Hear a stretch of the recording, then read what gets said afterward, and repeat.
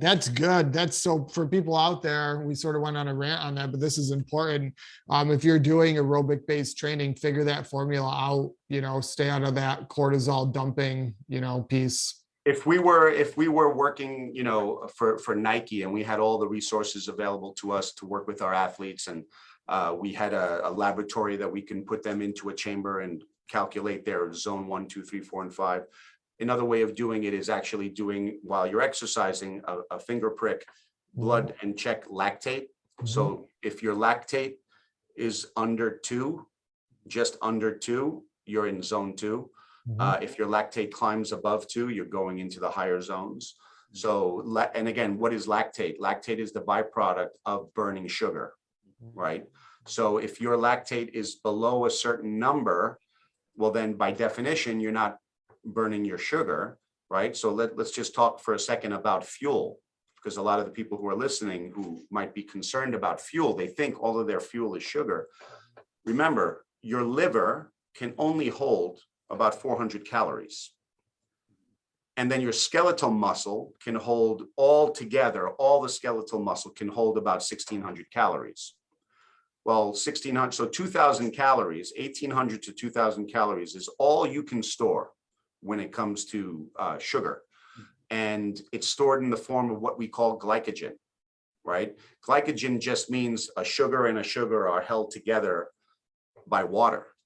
So it's the reason we can't hold a lot is because you need a lot of water to store sugar, a lot of water. So the other source of fuel is fat, which requires no water to store, and you can hold a lot of it.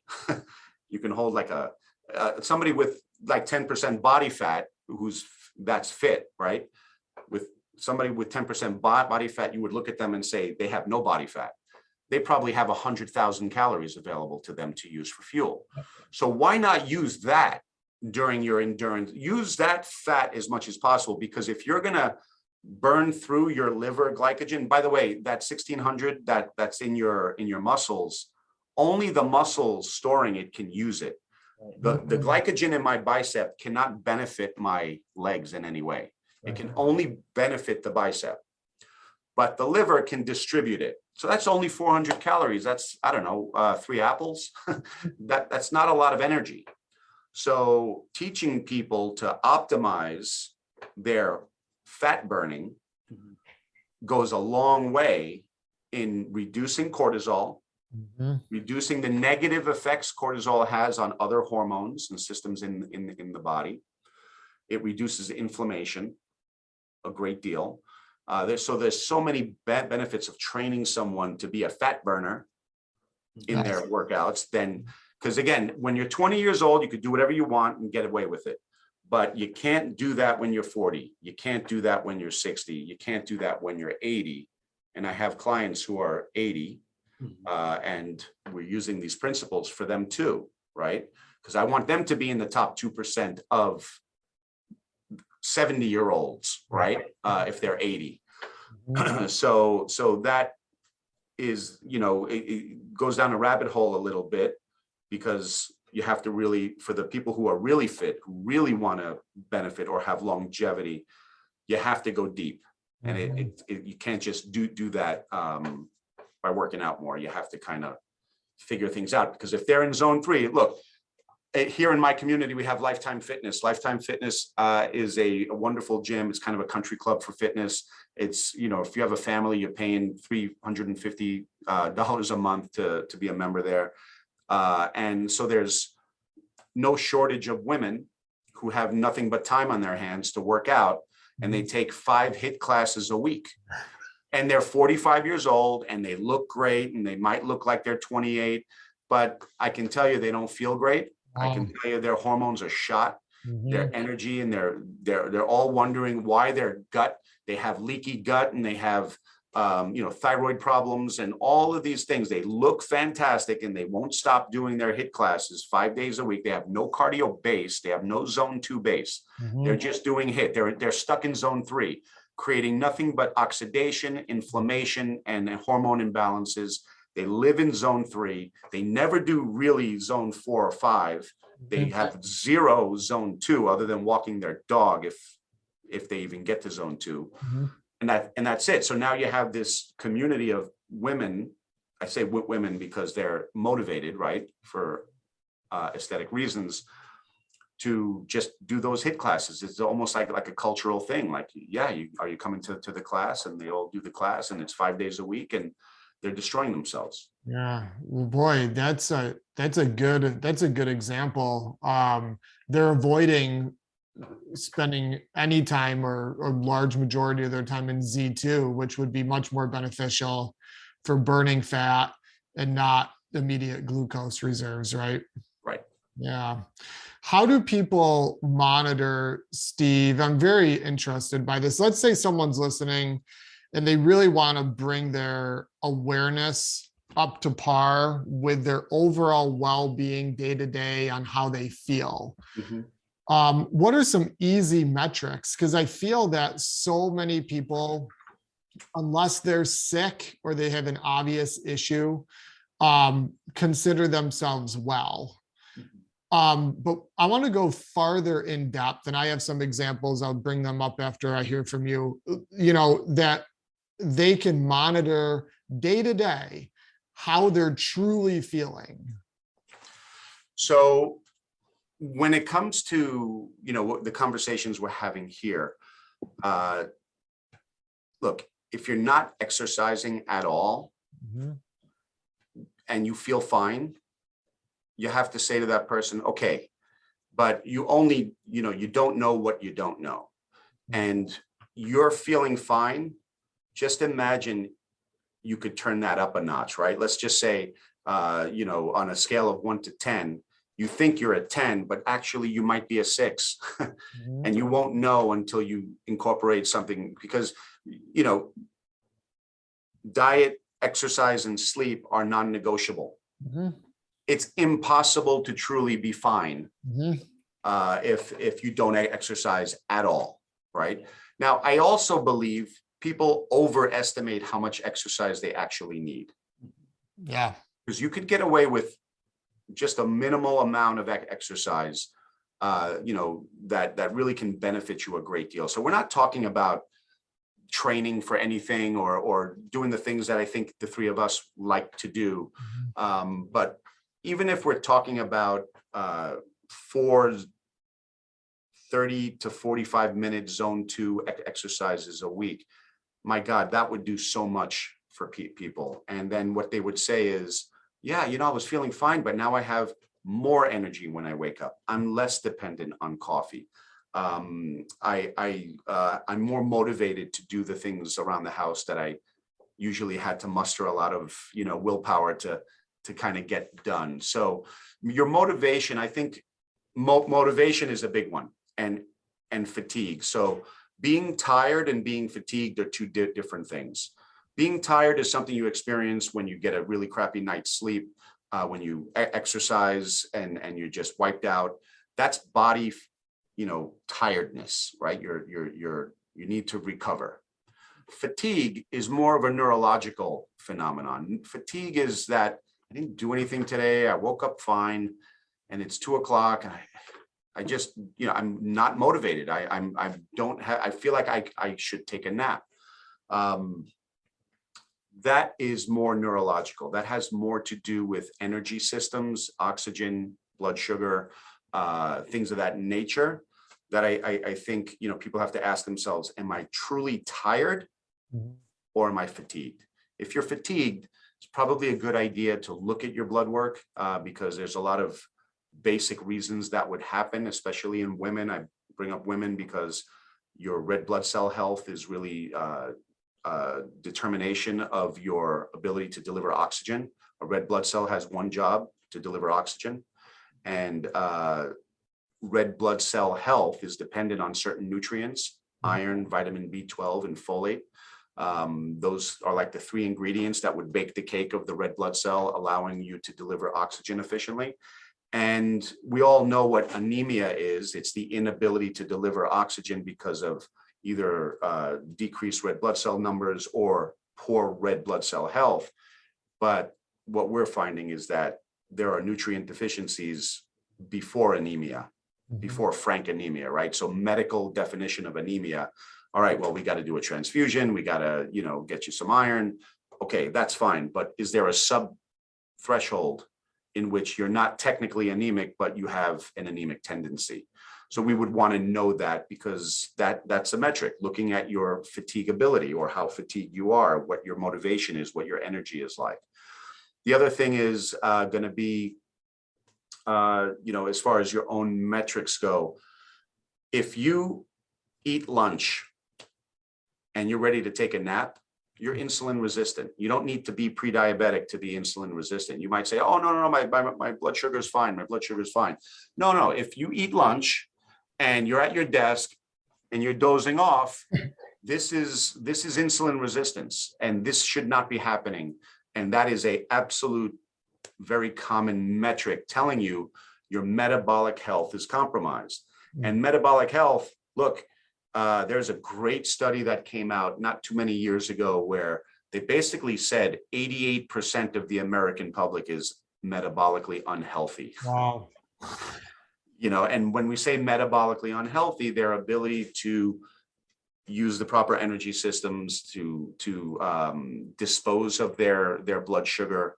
I could talk for hours about blood sugar because it really tells such a story about your metabolic health. But for that person who's not getting their lab work done, and they're not seeing a doctor, they're just sitting there and saying, I eat lunch, I want to go to sleep, I want to take a nap.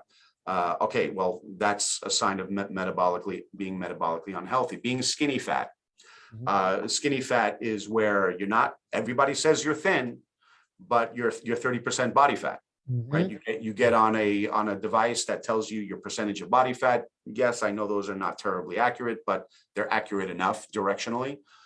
So if you're 30% body fat and people are calling you skinny, that's a problem. You're losing your muscle, right? And then when you lose your muscle, you're at risk. What else? I would say the quality of your sleep, which is difficult to track unless you're using some technology. I have the Aura Ring here that I like to use again, it's directionally valuable to me. So I know what my sleep is like. And again, your dependence on stimulants to get your day started. Yes. Yeah. The stimulant piece is, as Americans, we're addicted to caffeine, not just coffee. I'm talking energy drinks. I see it at the gym here at some level, and I advise the opposite habits. But the days of what is the caffeine max a day? They say where it's 300 milligrams, and then anything beyond that is quite bad. Is that right? So I'm a bit of a coffee junkie myself.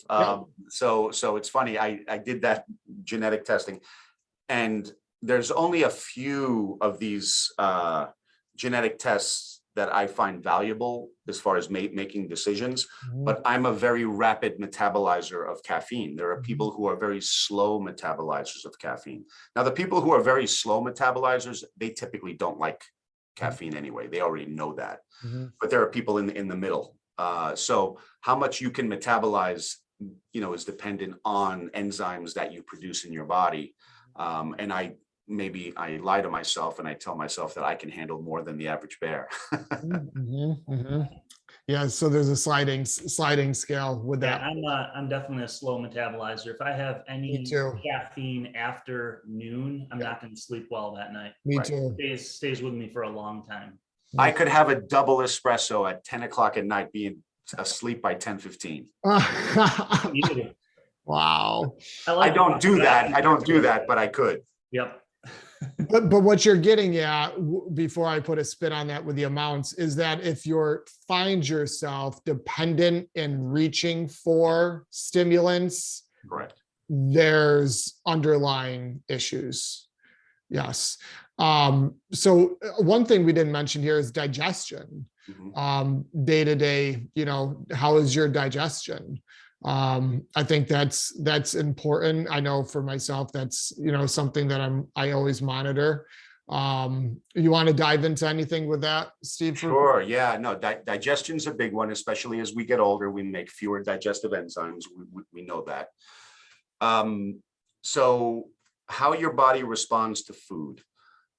A telltale sign that you're not adapting very well is gas and bloating, loose stool. And again, this idea that there's a perfect kind of stool to make is kind of silly, but you know, if you're if the consistency of your stool is fluctuating between constipation and loose stool and, you know, going back and forth, there might be something going on. Also, if you're noticing that food, you know, gas, bloating, et cetera, also results in, there are certain foods that cause pain, right? Where you get more inflamed. I feel inflammation, right? All of a sudden my joints start to hurt and that kind of a thing. We would want to know why. So there's a lot to digestion. There's reflux, right? So people who you know, they'll eat food, the food will sit in their stomach, waiting for the stomach to produce stomach acid, so that food can then be passed down into the next section, which is the small intestines. When we eat and lay down and we experience reflux, acid reflux, the thought is, oh, I'm making too much acid, when actually you're not making enough acid. And what's happening is the food, because you're not making enough acid, is acidic while it's sitting in your stomach. It's just not acidic enough to be released into the small intestines. And then it's sitting in your stomach longer than it should.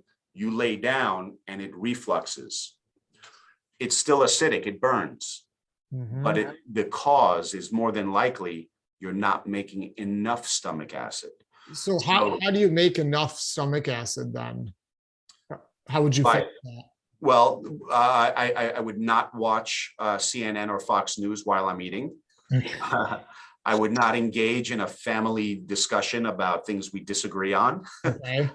So I would not eat fast. I would not, you know, I would make sure that I'm chewing my food. So there's a lot of ways, you know, you want to be in what we call parasympathetic tone, which means you're not in, there's two states of physiology all living things can be in. You're either in a state of growth, healing, and repair, which is digestion, or protection and defense. If you're trying to eat while you're in protection and defense, there's no reason to produce stomach acid. So you do want to make sure that your meal times are not during meetings and you're fighting with somebody and, you know, lunchtime, and then you go home for dinner and you turn on the news and, you know, you just get full of cortisol and other stress hormones. Why would you digest? When you're stressed, you're supposed to be, you know, dealing with your stressor, not digesting food. So that's a simple way to look at it. I do believe meditation, breathing exercises, et cetera, can help bring you into parasympathetic tone. And Dr. Lombardi has great technology at his office where you can look at the sympathetic and parasympathetic tone by doing heart rate variability. Yeah, I did that with him. Andy, you did too, right? Yep. Yeah. And it is a photograph, it is a window, but also heart rate variability can be measured while you're sleeping with technology like this, whether it's a Whoop band or a Oura ring, or there's all kinds of sleep technology. But if your heart rate variability is, you know, down below 14 or 15, well, you're in sympathetic tone. That's not a good state to be in. You're not going to be a very good digester of food. And then, of course, there's the quality of the food that we eat. So we can talk about the more, if it looks like the way it did when it grew out of the ground or was swimming in the ocean or walking on the ground, if it looks like that, you should probably eat it. If it, you know, if your hunter-gatherer ancestor were hanging out with you and they saw a tortilla chip and you were trying to explain to them that that was corn, they wouldn't get it, right? Or you show them bread and say this is, you know, wheat, and they would be like, what are you talking about? So if they couldn't if your hunter-gatherer ancestor couldn't recognize that what you're eating is food, that you probably should be eating less of that, right? Because when it comes to food as well, the more processed food is, the faster you can eat it. right? Mhm. So an example of processing, the most basic example of processing is, I don't know, cooking food, right? So if you cook a carrot, it gets soft and mushy and you can eat it fast. Mhm. But if you take a raw carrot and try to eat it really fast, you're going to choke. Because there's so much fiber that you have to get through. But you could take a bagel and eat it like that, because it's bread. You just swallow it whole. And then your ability to process that in your digestive system is compromised. So food that you have to eat and chew that looks the way it did when it was walking on the ground or growing out of the ground is probably a better choice to make. Yeah, I asked that question, Steve, because there's a lot of people I know that do suffer from like an acid reflux and, really poor digestion and whatnot, or when they sleep, their food comes up.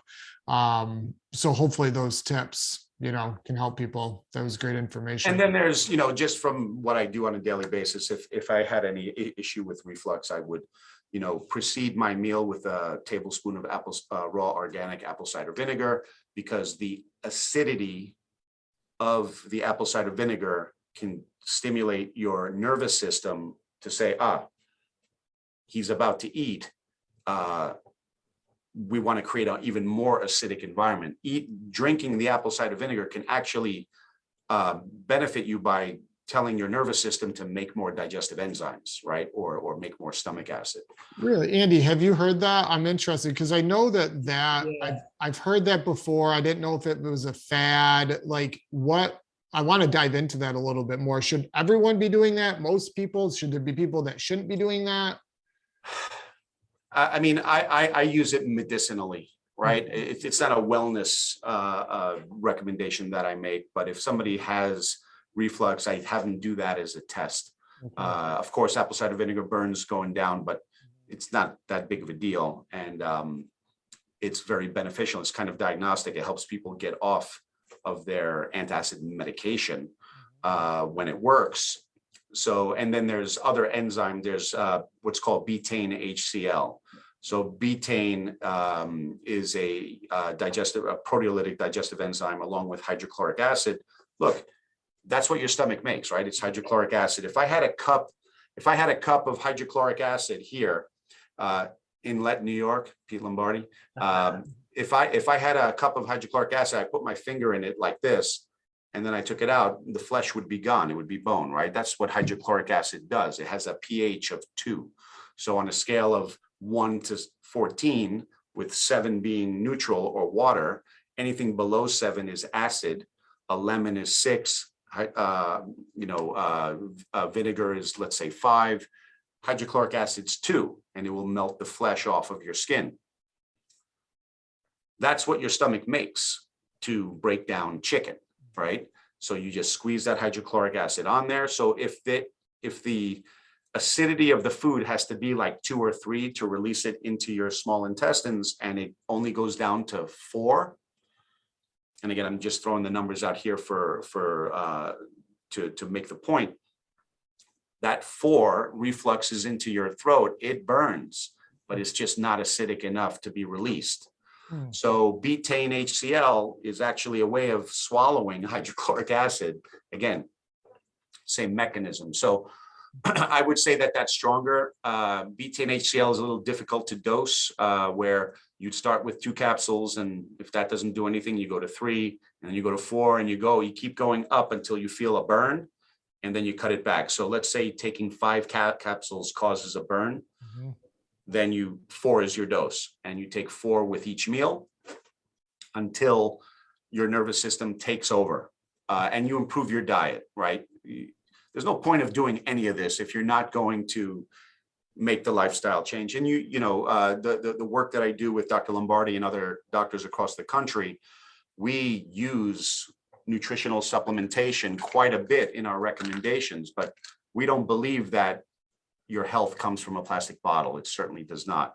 But we use what's in the plastic bottle for a period of time to move the needle on the blood work, get people metabolically healthy as quickly as possible. Usually 12 weeks is what it takes for many people. Some people need more.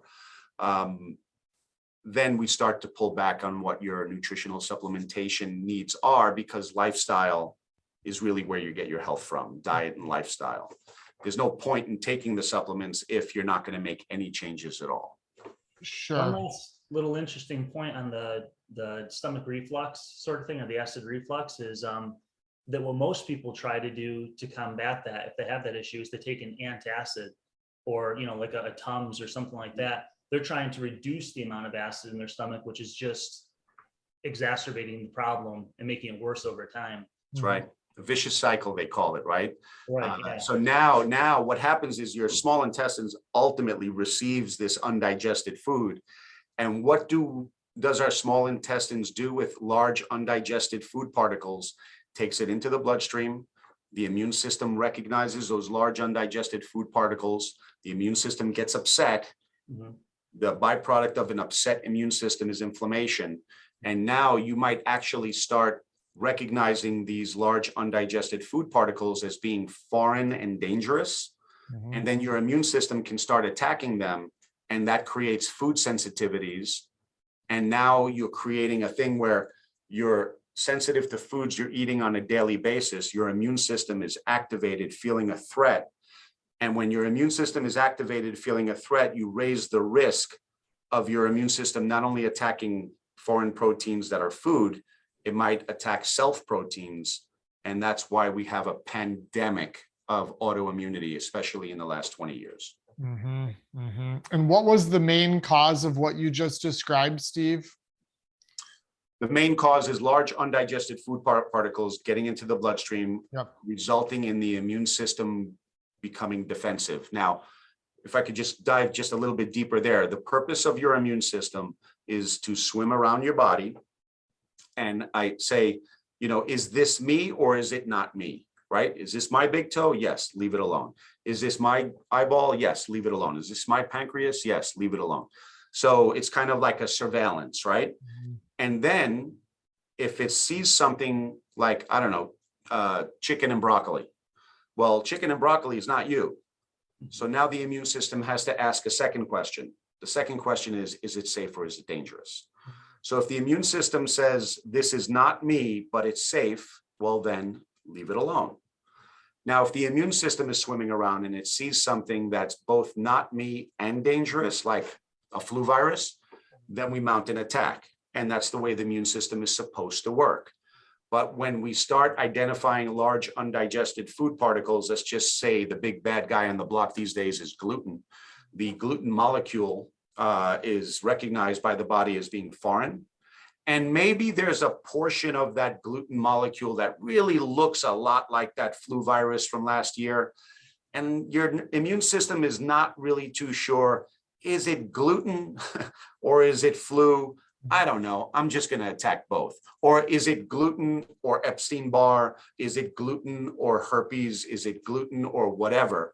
And then the immune system says, well, I'm not going to figure this out. I'm going to just attack both. And now we have this food sensitivity where every time you eat the food, your immune system is going to be activated. Mm-hmm. And when it's activated, it uses resources. The immune system is, I always say, if you're fatigued chronically and your immune system, well, let's put it this way, the most energy expensive organ in the human body is the brain. So it's 2% of your body weight. It could use up to 30% of your fuel. Wow.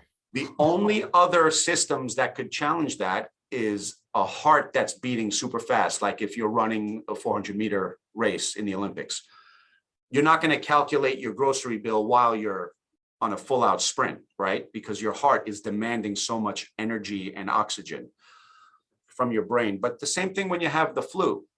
If you have the flu and you're sick for 5-6 days, you're not going to sit there and win a PhD on your research. You're just going to binge watch like, Breaking Bad and kind of go brain dead for 7 days while your immune system is sucking up all of your energy needs. And then when you're done with the flu, you get your energy back, your brain gets its fuel back, right? That was being sucked up by the immune system prior to that. But now if you're autoimmune or if you have food sensitivities to food you're eating on a daily basis, you're activating your immune system every day. Every day you're sucking up energy that could be going to your brain, that could be going to your body, that could be going to your motivation, right? Those resources are being taxed by an overactive immune system. And again, we're at pandemic levels when it comes to autoimmunity in this country, in the first world.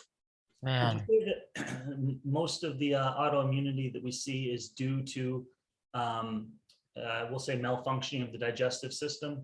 So you covered one mechanism, which is the low stomach acid, undigested food getting into the intestines and finding its way into the bloodstream.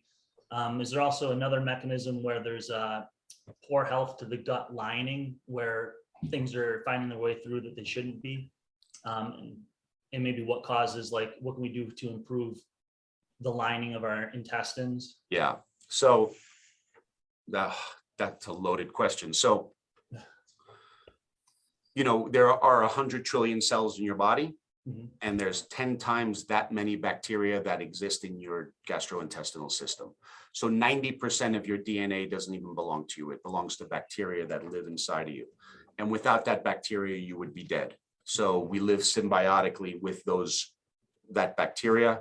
So I would say anything that would interfere with the health of the microbiome would interfere with digestion and ultimately the immune system and ultimately inflammation and everything associated with that. But what is a healthy microbiome? So I'm not going to sit here. We talked a little bit earlier about eating seasonally, right? So I would say that my ancestors, if they lived in New Hampshire, you know, in the summer, ate a lot of vegetation, and there's bacteria that thrive on vegetation. But in the winter, we were eating squirrels and deer and whatever we can get our hands on in the animal kingdom. And there's different bacteria that would be necessary to break that food down. So the idea that there's some kind of normal makeup percentages of what bacteria, nobody knows that. I don't think the research is there. We're learning a lot, don't get me wrong, and I'm by no means an expert in that field. But I don't believe we can do a stool test and say, oh, you know, this is low. No, create an environment that allows the bacteria in your gut to thrive.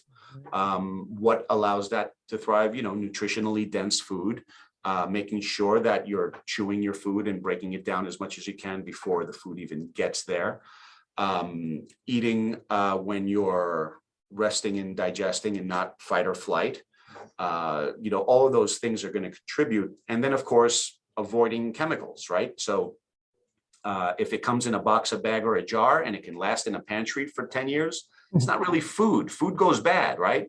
So a box of pasta, you know, or, you know, sitting in a pantry for a year, and then it is technically food, but, you know, it's highly processed and you're going to chew it fast. And those large undigested gluten molecules are going to get into your bloodstream and just tease your immune system, along with the 80,000 chemicals that are in our environment that were never there before World War II, right? Flame retardants in our furniture. I mean, I could put on the tinfoil hat and go, you know, talk for hours about the amount of chemicals that have not been tested for human toxicity that are in our daily environment. You know, I don't know what's in this spray bottle, but I have to have a clean desk. You know, I don't know what toxicity, you know, my hands are going to be there. I'm going to be touching my face. It's going to be absorbed into my system. By itself, it's fine. It's non-toxic. But coupled with every other chemical I'm exposed to, maybe that's contributing. So how do we live our lives without losing our minds and trying to hide in some Himalayan mountain somewhere and just be non-toxic, or support the systems in our body that detoxify us? That's what I do, because I don't want to leave where I live. You know, I support the glutathione system in my body. I do saunas. I exercise quite a bit. I support the detoxification of things that are in my environment while still trying to limit as much as possible. Does everything have to be organic? No, but do I buy organic when given the choice? Yes, I do. And I spend the money to do that. Pesticides, organophosphates. These are chemicals that, you know, I mean, we make wheat genetically modified in order for us to spray more pesticides on the plant without killing the plant. So we know that pesticide kills the bugs, but it also kills the plant. So let's genetically modify the plant to be resistant to the chemical so we can kill more bugs, make the food cheaper, but now we're getting more pesticide. Yeah. Can you explain real quick? You mentioned the glutathione system and how you like to support that to improve detoxification. Can you just tell people what the glutathione system is and what can you do to maximize it? You know, there's glutathione supplements and precursor supplements and stuff, but what can we do as far as lifestyle? Like, what are the things that we can do in our daily lives that support our glutathione system, and what is it? Yeah, no, this is where the research on saunas is pretty impressive. Like, there's all kinds of glutathione benefits of exercise and sauna and all the things that we've been talking about here. When it comes to, you know, glutathione is dependent on several factors that are in our diet. So our suite of B vitamins are very important to the glutathione system, in particular, folate and vitamin B12. It's interesting, we can get a lot of folate from vegetation, but we can only get B12 from meat, right? And that feeds a cycle that allows us to create glutathione, and we need a certain amino acid that's a sulfur-containing amino acid called cysteine in order to do that, and we get cysteine from healthy meats, right? And other, I mean, you can get cysteine from other sources as well. I'm just saying, your diet and your lifestyle, all the things that we've been talking about here, all the things that are free, you have to do those first. You can optimize by taking N-acetylcysteine, which is, in my opinion, one of the best supplements that are out there. I used to joke, I used to say, if the federal government came up to Stephen Geanopulos and said, we're about to make every single nutritional supplement illegal, except for one, and we're letting you choose what that one would be, I used to say NAC. NAC gives us the most bang for our buck because its ability to optimize glutathione, which optimizes our ability to detox, and it, together with vitamin D, is kind of like the CEO and CFO of the immune system. So ultimately, I believe the glutathione system is very important. The lifestyle changes that we discussed here will support that. And then if you needed to supplement on top of that, it would be NAC, because it's a hell of a lot cheaper than doing an IV of glutathione. You know, that'll cost you a couple of $100 a week. But NAC, actually the research on increasing glutathione in your system is based on NAC anyway. And it's tried and true. It's been around since the 1960s. It's been used for pulmonary conditions and things like that forever. It's a very tried and true, and it's an amino acid. It's not a complicated chemical. What Pete turned me on to that supplement like 6 months ago. I bought, I think, 5 or 6 bottles from you guys. What is the intake? Like, how many? I think I take 2 pills, like maybe 900 milligrams. Like, what should I be taking, or people in general do say for NAC? So the research you take, Josh, are 600. I take what? The capsules you take are 600 milligrams. 600 each? Each, yep. Oh, then Yeah. I'm taking 1,200 a day. Yeah, so there's great research on 600 a day. Okay. And you know, I think people with the lifestyles that we have should probably double that. You know, this is not if I do like my whiskey. I don't drink much, but when I do, it's bourbon. And because I don't drink much, I want to make sure I wake up the next day and I can still go to the gym and do all the things I like to do. I don't like to be hungover. And it's amazing when you upregulate the detoxification pathways of the liver, how easy it is to drink some bourbon and still go to the gym the next day. So I'll take 2,400 milligrams if I'm going to drink. That's a good tip. If you're a college kid, do not listen to that. But no, it's true. Amazon removed all NAC products from the market. they said it was because of new products coming out that were allowing that were being marketed to college kids so they can go drink more alcohol, because it's because again, it upregulates the liver detoxification pathways. And that's how you know how powerful that supplement is. I can tell you right now, I used to, if I had 2 glasses of wine, I used to wake up the next day with a horrible headache. Give me 2,400 milligrams of NAC and I could drink a bottle of red wine and wake up the next day and go for a bike ride. Wow. Well, your sales with that supplement, Steve, just went way up. That's funny. Boy, Andy, do you have anything else? I have 3 rapid fire questions that I want to get out here for Steve at the end, but do you have anything else you want to get into? I know we could talk for much. Yeah, I know we got to wrap up here. If Steve did have time, you've mentioned inflammation a couple times. And I was just wondering, maybe if you could tell our audience what you consider the primary drivers of inflammation. Why is it that we are so inflamed, in modern society? What is it that we're doing that's causing that? Simple. Inflammation is a byproduct of the immune system. Immune activation gives us inflammation.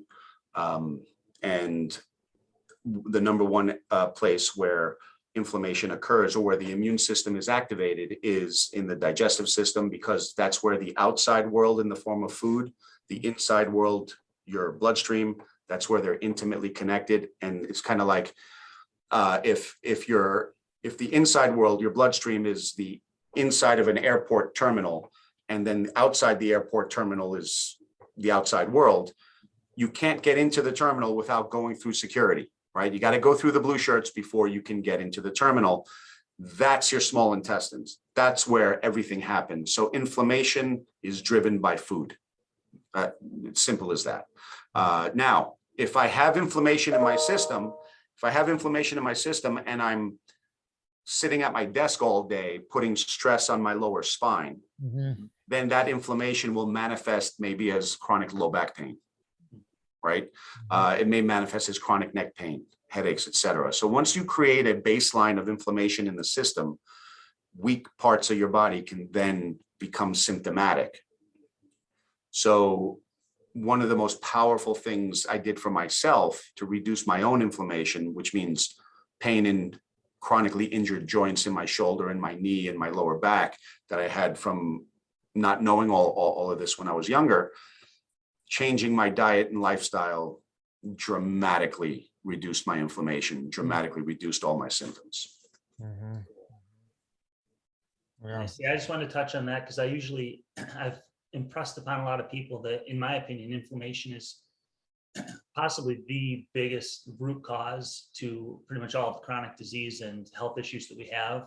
So getting that under control is just such an important thing. I like to touch on that whenever possible. Agreed. Oh, and again, overtraining.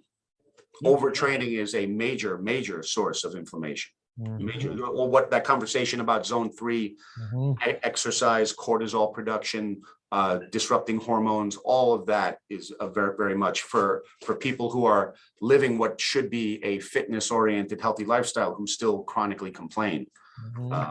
So that's definitely a part of it. Excellent.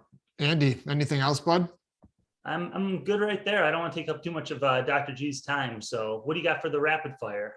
Well, these are questions I love asking certain people. First one being, Steve, you're an entrepreneur. I'm curious what you would tell someone that's looking at building a life that inspires them on a day-to-day basis. What advice would you give them?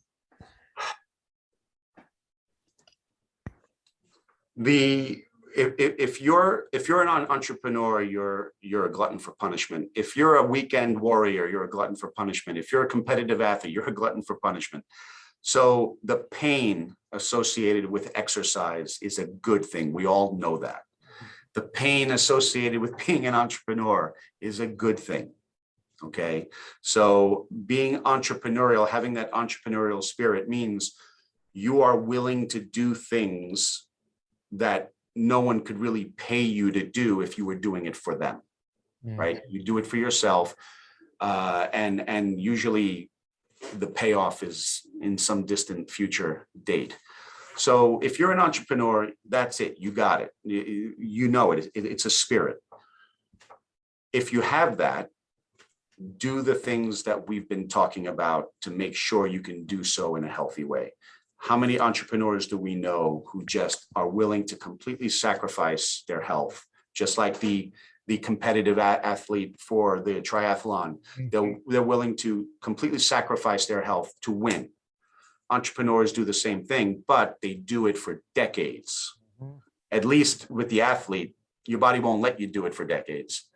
But when you're an entrepreneur, you really have to pay attention to your sleep and your diet and your exercise and your fitness, because then, I always say, if you think you don't have time to work out, you don't realize that working out makes time. We all have the same 24 hours in a day. But when you start your day with fitness, your efficiency after that is so remarkable that whatever number of minutes you spent working out, you've gained back probably 2 or 3 times throughout that day because of the efficiency that you started your day with. Yeah, and let's not forget that a really effective workout doesn't have to be a long one. You can get an incredibly effective workout in 15 or 20 minutes. So absolutely. Yeah. My zone three by definition should be under 30 minutes. Yep.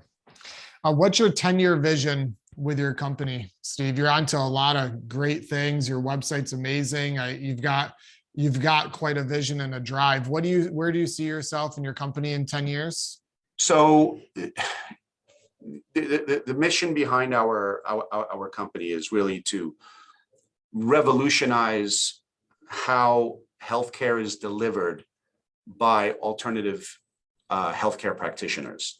The medical office, the last 2 years has shown us that the medical profession has made a conscious choice, as they should have, to either avert crisis or treat crisis, to be crisis oriented. We've always known that to be true, but now they're not pretending anymore. Now it's just like, look, they're busy with people who are incredibly sick, and we have a lot of sick people out there.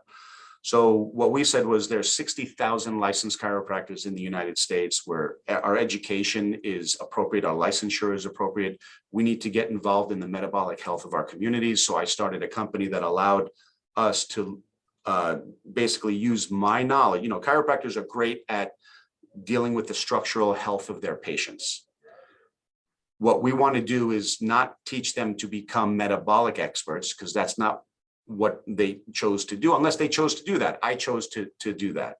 What we did was take a team of experts in the metabolic realm who understand the chiropractic paradigm of health, and we've created a service that allows us to bring our service into practices around the country. The objective there is to make a lot of noise, to get thousands and thousands and thousands of people under our care for improving their metabolic health and their structural health, and be able to document pre and post blood work that their metabolic health is not only dramatically improving, but statistically they're just doing better across the board than people who don't do that. So that's the vision. We want to change the world. I don't see any other reason to do this. And then, I don't know what that looks like. I think we're going to leverage technology. We're going to leverage the fact that, blood tests and things like that are getting infinitely cheaper, and people can pay for it, and diet and lifestyle support and, holding people accountable is something that we can leverage technology for. I ultimately see it as a technology company eventually, but right now it's a product and service company that's going to leverage technology so we can scale it to the population. Do you see that vision? Because I know you're focused on chiropractic offices by the sounds of it. Like, do you envision partnering with like us, for example, like Co-Movement, and us working with you and our clients on your services and how that looks? Or do you envision more or less just the chiropractic side? Oh, no, I absolutely see that, when we ask ourselves, all those things that benefit people, so food, exercise, environmental stressors, all the experts and practitioners in that realm, we want to partner with. The only reason I brought up the chiropractic profession is because when it comes to certain things like blood work, et cetera, we have the licensure, we have the education, we have the background in order to do that in a safe and appropriate way. You do enough blood work on people, you do find things that need medical attention, and we have the ability to recognize that and make the proper referral. But even now, I'm partnered with the largest single Gold's Gym in the country, massive facility in Newburgh, New York, where we're opening together, we're partnering with ownership to provide chiropractic care, an office that's going to take all of these principles into account. So here you have a fitness movement oriented environment that's going to provide this level of healthcare, not in a corner back by the locker room in some office. It's going to be front and center with the gym, with the front desk of the gym. Boy, I love that. I want to follow that progress. That's cool, Steve. Remember, what did we call gyms when we were growing up? Again, I'm 52 years old. So when I was a kid, people didn't say I'm going to the gym. They said I'm going to the health club, right? It was a health club. Yeah. So let's bring that back. Yeah, that's a good one. That's a good mantra there. Yeah. Wow. Cool. All right. Last one, Steve, before we wrap up. Looking back, what advice would you give your 20-year-old self?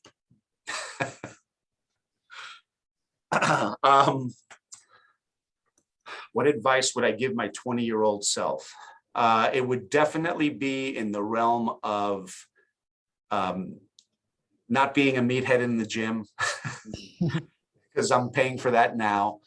So that's the main thing. I have an 18-year-old son, and I hope to bring him up to meet you, Josh. He's like the Lombardi boys. He's very fitness oriented,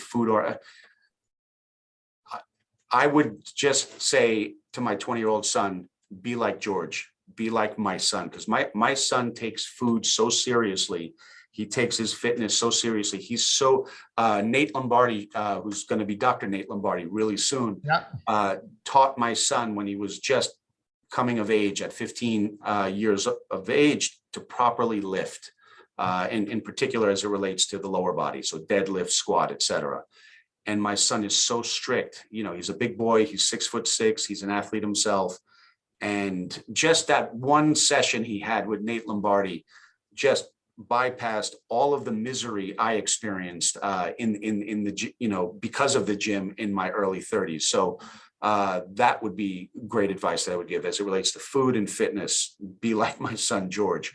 But outside of that, you got to make your mistakes. How are you going to learn? It's a good thing we didn't know then what we know now, because it's pretty self-explanatory, right? You wouldn't know.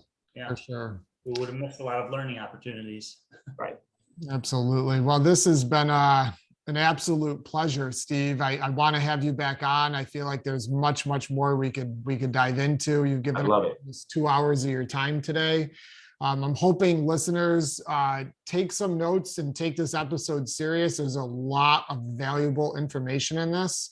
How can listeners learn more about you and inquire about possibly becoming a patient or getting educated by you? So I think, we have drsteveng.com is my practice website.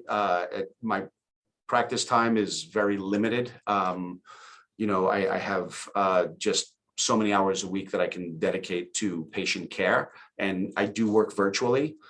So applying for that on our website, and then we would reach out to you, and that's certainly a conversation that we could have. But more importantly, we could also refer you to our partnering doctors around the country who utilize our service, who have referred the experts like myself into their practice so they can provide great care, that's more comprehensive in their practices. So we feel that our clients are the best chiropractors in the country, so we could certainly help in that realm.